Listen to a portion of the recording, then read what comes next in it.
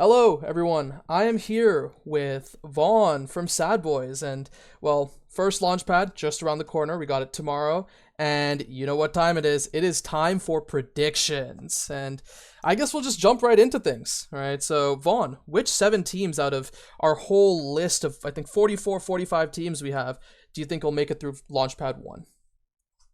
There's quite a few that are on there. Definitely some standouts. We have some players that have already been in NASL before, most notably midfielder on Modern Magic Forgot. Obviously, eyes are on that team to make it through. I think that if I was a betting man, which I would honestly self-identify as, I would most certainly pick Modern Magic to make it through. I think that's a strong core, and we have up-and-coming superstar Carmine, formerly on Corpse Control, with goalie Ron P, who has been having some success in draft formats recently. So I think that team is a lock. Another team that I'd be very confident in assuming would make it is Lions Eat Bears, named after formerly known as Bertram. This team does not actually include the said player, but has Lola Mao, Men's, and John Fortnite. Lola Mao, especially alongside John Fortnite, known for their standout land performances. John Fortnite had a really solid run at Philly Land with Average Alex and Snake. Bit of a quiet streak since then. No substantial competitive accomplishments, so to speak, but that doesn't mean I would count him out. Been in the queues. I've been playing him against him a lot. And then Lola Mao had a breakout performance at NYC and really turned a lot of heads. I think that he's broken through that ceiling that a lot of times people get stuck on. Wherever that is for people is different, and he's really kept improving since then. Definitely at least a NASA level brawler.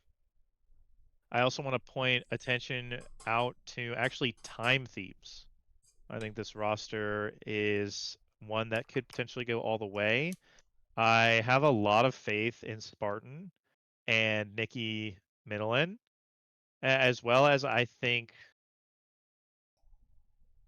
sorry about that, as well as I think that Julock has been establishing himself more and more as a midfielder capable of carrying games, especially on his characters like Now and Kai. Kind of like I view more shades of like a Shianzu type of midfielder where the strength seems similar to me. So I'm looking at that. Another team that I actually have a lot of faith in is Ball and Ballers, our OSAS darlings. They took me and my team. Actually, fun fact, no other team scored more goals against us at land than them, I think, on our championship run with placeholder Palfins. I want to say they scored 6 goals on I us think that's in accurate. our game on Tycho, which I don't think any other team scored 6 goals. I think EKC came the closest with like 5. Wow. So, I mean, there you go. It's confirmed. Ball and Ballers and Asshole bound. Obviously, you can extrapolate that. Hey, Ballin's better with And then, EKC and Joker.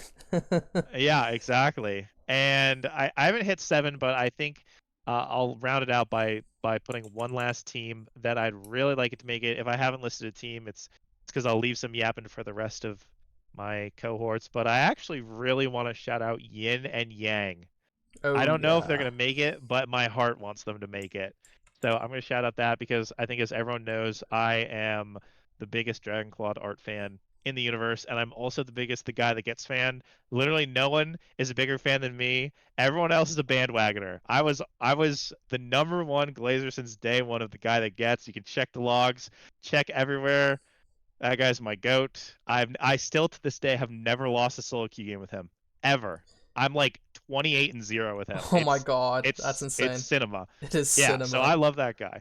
So those are the teams that stick out to me. There's a couple others that are returning. Obviously, Wochill's already a nasty established team. Expect them to make it back. Other teams with NASA plus established players, like Dave's team. I they all have some goofy names, but I can't think of it off the top of my head. So I'm gonna Yeah, Meow check my Meow little, Magic. yeah, Meow Meow Magic. I won't root for them because they have Just Logan on that team.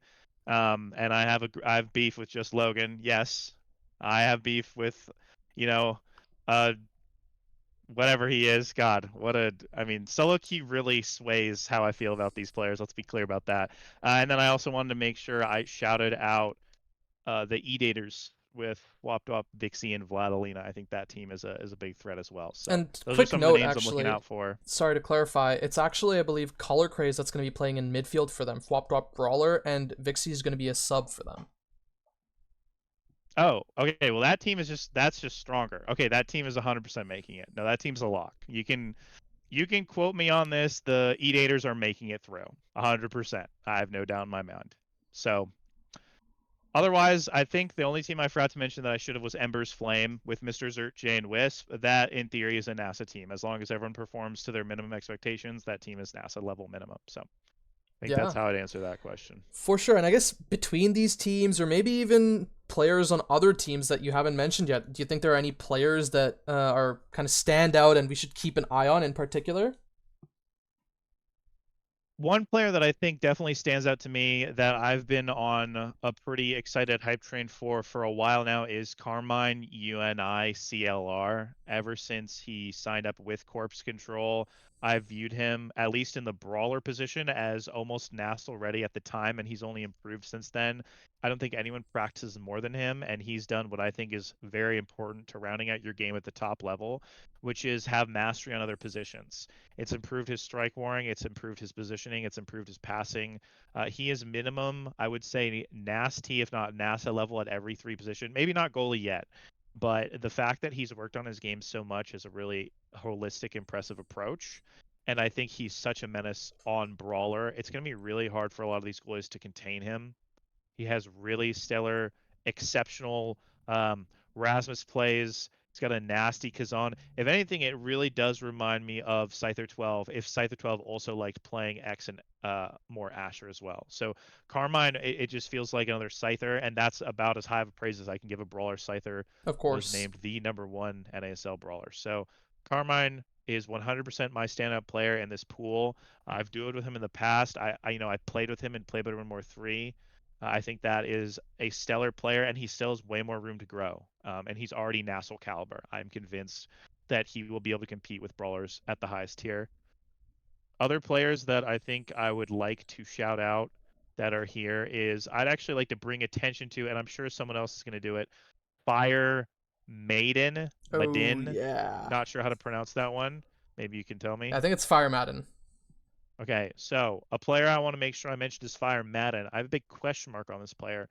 So they kind of exploded onto the scene, winning their very first open tournament. I know they competed in Westy Wednesday at one point, but they won an ACU with Zorro and their other duo partner who has opted out of competing.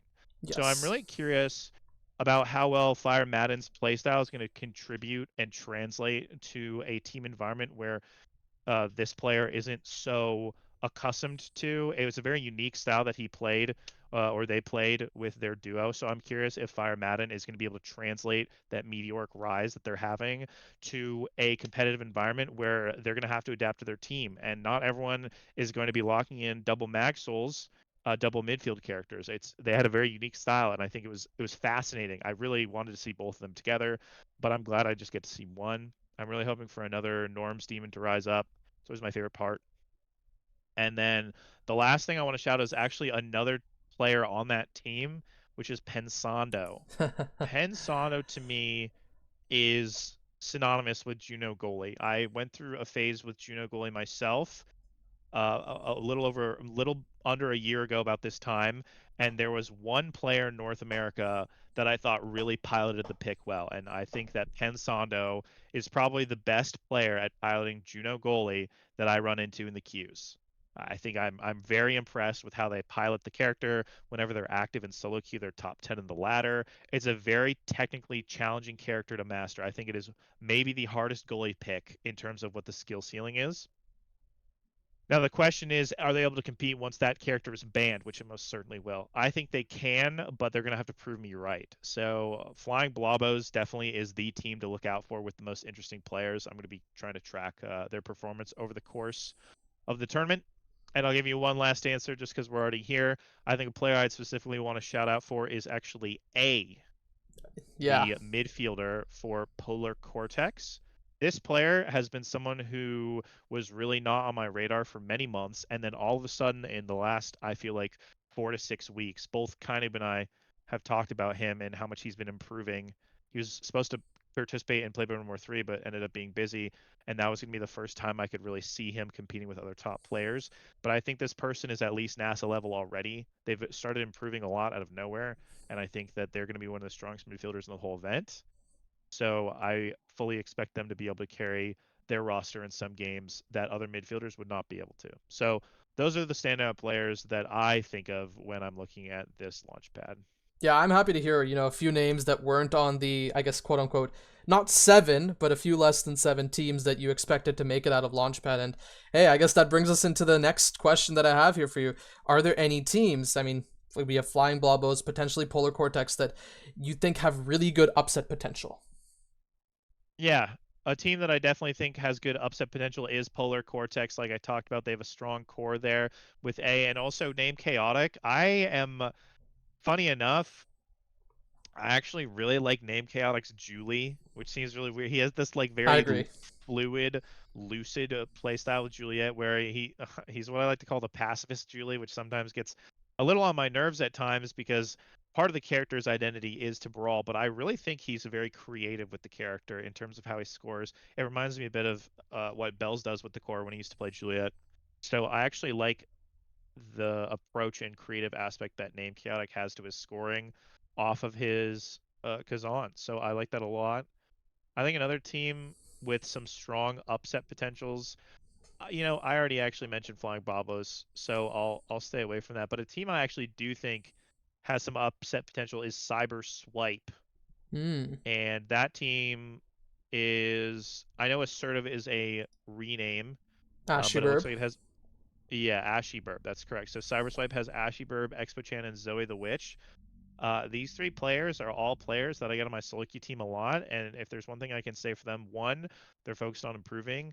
And two, they honestly have some really bright spots. Like there's times when Expo Chan is name off, and I'm convinced I'm playing with well, the guy name's Amy. Or there's times where Zoe the Witch is name off, and I'm like, oh, I have Drop Leto on my team.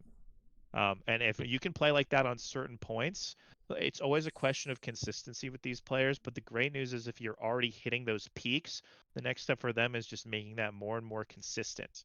So while I already see those peaks happening, they're not guaranteed to happen in the event itself. So if they play at their highest level, I have a lot of faith in this team, this Cyber Swipe team. Will it happen? I don't know, but the upset potential is 100% there. Another team that I think could be a big upset potential is actually Catmunch Enjoyers. Hmm. That's a team with Sphinx, Mudflap, and Jewish Asian. I think all of these players are very good at very frustrating strikers to deal with. Mudflap has been tearing it up with Asher recently. We all know what Sphinx does on the Juno, as well as Jewish Asian has honestly quite a nice ranged goalie skill set, but then also can play those lockdown defense goalies. And a lot of times, these goalies at this level only really comfortably have one style. So when you have a goalie that feels good on both, it really lends itself to a team success. So I'd say Catmuch Enjoyers for sure sticks out to me as a team, and especially a best of one format that snipes a game from an objectively stronger roster because of sneaky play, character strength, or potentially starting awakenings that complement their playstyles. Yeah, best of one obviously as a format kind of lends itself to more of these upsets, and hey, that's what makes it fun, right? That's what makes this tournament very cutthroat, and it it's fun, but it can also suck for some of these teams as it's kind of season defining if you just don't make it through because of one unfortunate scenario. But hey, that's how it is, and well, that does mean that there will be some teams who could underperform, and I hate to ask this, but are there any teams that you think have a decent chance to underperform? Mm, I don't know about this question. I think it's just going to come down to execution on the day. Obviously, there are teams that I perceive as stronger than others, but in my head, underperformance comes from expectation, and I don't really expect anything from a lot of these rosters. A lot of them are new or players that Yeah. are vying for their first ever competitive slot. So I'd hesitate to say anything is underperforming for any of these players. It just depends on their goals, if I'm being honest. For me, underperforming is not winning a national championship. But for another player, Mm, underperforming may just be as something as simple as we didn't win any games. Maybe a successful performance for some of these teams is let's see how far we've come. Let's see how far we've learned. The thing about the North American bracket that Achi and Sai, this pipeline they've created, the thing about this North American Omega Strikers pipeline we have is underperformance is only in the eye of the beholder. So for a lot of these players, this is just going to be going out there and testing how they feel, how they stack up against the rest of our region. And so, who's to say whether one team making NASA is an underperformance or what they want? So I can't really speak too much about who's going to underperform. I want all these players to show up and perform well to the best of their abilities on their day. And at that point, it's not really underperformance. It's just a part of their learning process. It's another step in their competitive journey. And I hope all the players walk away from this at least satisfied with how they played, even if necessarily their result might not be what they wanted ultimately. Yeah, honestly, as one of the wisest people in the scene, that felt really sweet and kind of from the heart, right? And yeah, I'd love to see the same thing from a lot of these teams. At least if they can play up to a level they're satisfied with, who cares at that point, right? But I guess when we turn over to the meta, right? This is not so much related to Launchpad, but I guess the meta of characters, maps, and stuff. Anything you think is a pretty big pick ban when it comes to the current meta and map pool? Well, I think it's a bit tricky to say. I think we like to throw on the term meta this, meta that, and I think it's really challenging to say necessarily what that is. For example, this entire NASL season, the meta has been essentially what people interpret the top teams are winning with. So I know it was very quick for people to say, "Oh, damage is meta. Oh, this is meta. Oh, that is meta." And then we have performances like from Showtime, where over the span of just 2 weeks, with no balance changes at all, it seemed like Atlas was one of the best characters, when previously it was popularly regarded, not by everyone, but by most, that that character had no place at the top level. So, in terms of meta relevant things, I hesitate to necessarily say one thing is quote unquote meta or not. However, I think I'm not going to be alone in saying that Asher is going to revolve a lot around the pick band. This is a character that is top tier goalie and top tier brawler, which is very unusual. It's very, very uncommon that there is a character that is so strong in brawler and goalie. Usually the overlap there occasionally comes from Rasmus, but he's never really been regarded as a staple goalie pick. So I think Asher being a very common first pick is going to be seen a lot. I think that the character has an ease of execution that can't be understated. And sometimes, especially where I come from, in a lot of competitive scenes other than OS, I highly value easy to execute characters because your return of investment is so high. You're always going to meet a minimum threshold, and you can always win games against players that are maybe more experienced, or maybe outclass you a bit in certain departments because the character's level of execution is so simple, and there's no shame in that. Despite what I might despite what I might say, and other times you just pick the win. Whatever's the best thing to win. I think the Joker says that best. I just pick the best thing I can to win me the game. So I think Asher is going to turn a lot of heads. I think there's going to be, this is the classic, though, which we see in the NAST NASA levels, where there's going to be a heavy reliance on melee goalies. Now more than ever, they've obviously come to their own with CDR kind of running a bit rampant right now. And kill comps are just harder to pull off in unorganized formats. They're just genuinely more difficult unless you have a game warping training as the starting awakening, like Adrenaline Rush, which rewards you in a crazy amount if you all contribute on the kill. Otherwise, kill comps are a lot more difficult to run at a high level consistently. You have to have a consistent execution of your ability usage as well as good ball movement without tools like speed, which a lot of times core control comps or core control leaning characters do. So I'm expecting to see a lot of Asher pick bans. Expect to see a lot of Rasmus and X to accompany that as well. Obviously, Zentaro is still a premier character, extremely hard to deny in the pick ban phase, and as well as Carousel. So I think there's a bit of a wide open brawler pool at the moment. I personally am leaning towards speed midfielders being king. I actually Mm-hmm. think that Juno has a place in the meta as well. I still think that character on Hotshot start or 1-2 punch start can be an absolute menace. Any CDR that character gets can get out of control. Core speed is always the fastest thing in the game, so it's just unreactable at times. And then for the goalie position, I strongly believe that while the character is maybe the hardest goalie to play, I actually think Luna is in a great spot. It's the most Mm. played character I have in solo queue right now, but I would be surprised if we saw too much Luna this launch pad.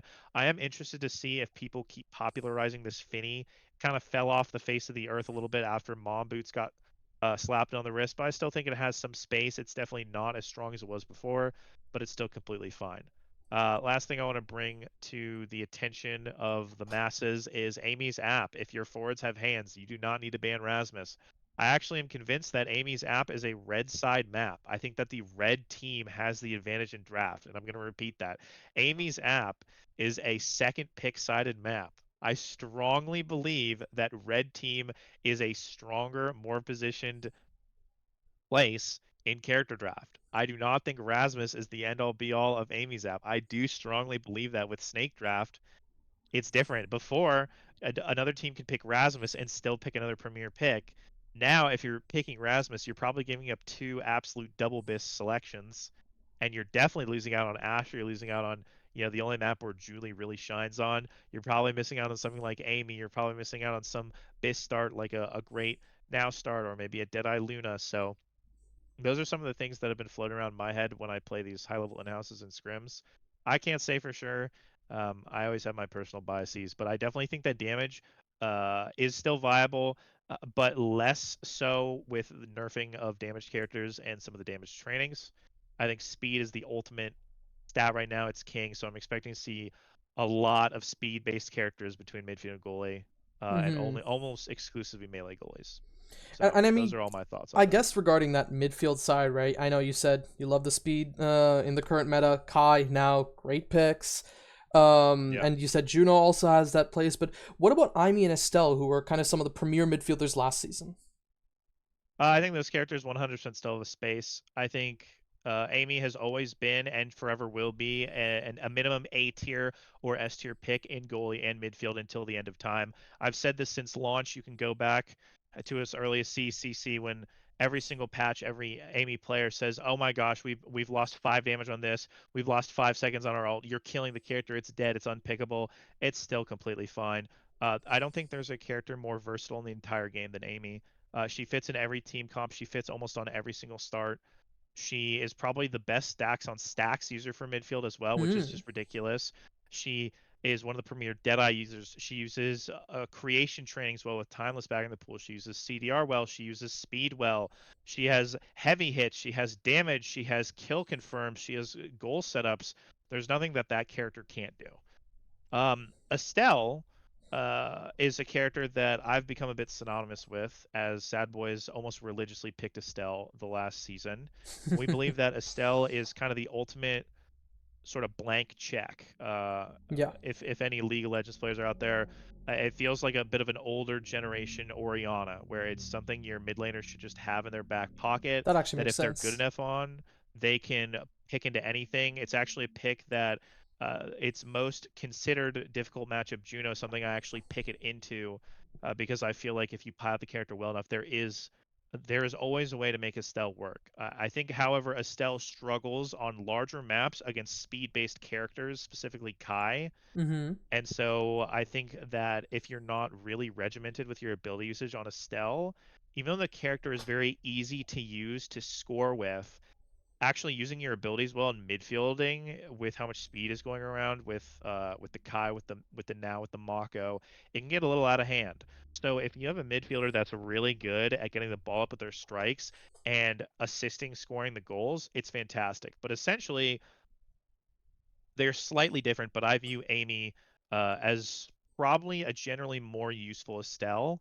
I just personally think Estelle is a solid matchup into now um, but now that Now's heavy hit is gone from her secondary, I think that opens up the pool a lot more for other characters. So I think the priority that I would personally have on Estelle has definitely dwindled from what it was. So to summarize, Amy, always a great pick, pickable both roles, high skill floor, high skill cap character, usable in any start. Estelle, low skill floor character, medium skill ceiling, playable into any matchup, but maybe not really the best at any one thing, but of a jack of all trades character right Mm-hmm. now. Yeah, for sure. And I mean, once again, any other picks you feel are less commonly picked by most people? I mean, you could say off meta, but meta is not really a real concept. If I mean, at least from what you kind of believe. Yeah. And any players you think in particular would be likely to kind of pick these quote unquote off meta picks. So I'm a bit biased because of my own team's success on the pick, but I actually do think that Atlas midfield and even by extension Dubu midfield actually has a real Hmm. place in the current pool. It is a bit dependent on the map and the start, but I think with the advent of magnetized souls becoming more relevant in the wake of Slick Kick's nerf has opened up the pool for a lot of more unorthodox characters to be picked midfield. I think that's something that's really underexplored, but I understand why because it's actually kind of difficult to pull off because you usually have zero speed and you usually have zero range, which are two things that midfield characters love to pick. In terms of off meta, something that I'm obviously looking at is anything that ZZZ decides to play. I think it's actually a net detriment to his team. I think that Woe Chills would have been a potential playoff team if they just didn't let him. I'll be honest, grief games on Octavia Brawler, for example. I love the guy; he's really nice. But from a competitive standpoint, it actually was pretty frustrating to watch because I want that team to succeed. I like the players on the team a lot. So I'm interested to see if they stick him on the stuff that he's really known for, namely the X and also the Luna Brawler. We've seen a bit of players actually start to experiment more in the past 4 to 6 months with both Luna Brawler and Drakkar Brawler. Hmm. Another pick that we might see more of, especially with Coin filling in on Whiplash. I would not be surprised to see him potentially pick that. I'm going to expect him leaning more towards the Rasmus and the Asher. Like this is his meta for his best characters. But that wouldn't be something that would surprise me. I think that while I mentioned that, another person that comes to mind is Ignis, a real old head, has been around as Yep. long as I have. Love the guy. I expect to see him pulling out the Drakkar and also maybe even the Kazan. He takes some weird trainings on that Kazan character, so you never know. Those stick out to me as the quote unquote like off meta things. If you count Kazan goalie, we've got Wisp in the pool who will Mm-hmm. probably be trying to take it out as well. I don't have a lot of faith in that pick specifically, but obviously if it gets team player or some power behind it, it's going to be annoying. And then the last thing I want to shout out is actually Dave. Not really an off meta pick anymore, but I fully expect for Dave to be continuing to play the Finny. Before really the advent of Finny, back when a lot of people were still taking Strike Shot, including myself, and I didn't really have a lot of faith in the pick, he was probably the only one, other than maybe Calamity Queen. Not Oh Calamity wait, Queen, no. sorry. Asianator? No. Oh. God, no. Um, Cat Kupo. Oh, right. Dave and Cat Kupo really made me believe in the character's ability. So when my goalie, you already lose, or Caleb wanted to start trying it, I thought back to when I would play against Dave in the grand finals of Westy Wednesdays. And I said, okay, yeah, I think it can work just fine. And so Dave is a player that I think is more than capable, probably the best pilot of Finny goalie in this entire Launchpad. And I think that character 100% is still pickable today. So those stick out to me as potential quote unquote off meta, or maybe not. Maybe a better phrase I would say is top tier picks that still, or top non top tier picks that could still come Hmm. out. So Yeah, I guess that's that's what the I'm best way thinking. to put it, right? Non-top tier picks. And I guess with Yeah. that, right, those are kind of the main questions I had for you. And I guess one more thing I kind of wanted to ask you is just any messages that you have for any Launchpad teams that are going to be competing, because I'm pretty sure this is going to be airing sometime during Launchpad. So take it away. All right. I only have one thing to say to all you, and one thing only. Do not ban the guy that gets Asher, or you're a coward. He'll 9-0 your team on it. Let it happen. He gaps your brawler on it. Hey, he's the GOAT that gets, and he's a beast on Asher. Show some respect. Let the king have his throne so he can put on his crown. All right? Let's be clear about that. GOAT All that gets right. is going to the top. The And guy that's that literally all I gets have to say. Yeah, the guy that gets his liftoff position, we might be seeing it. But with that, that's really all we have for today. Take care, everyone.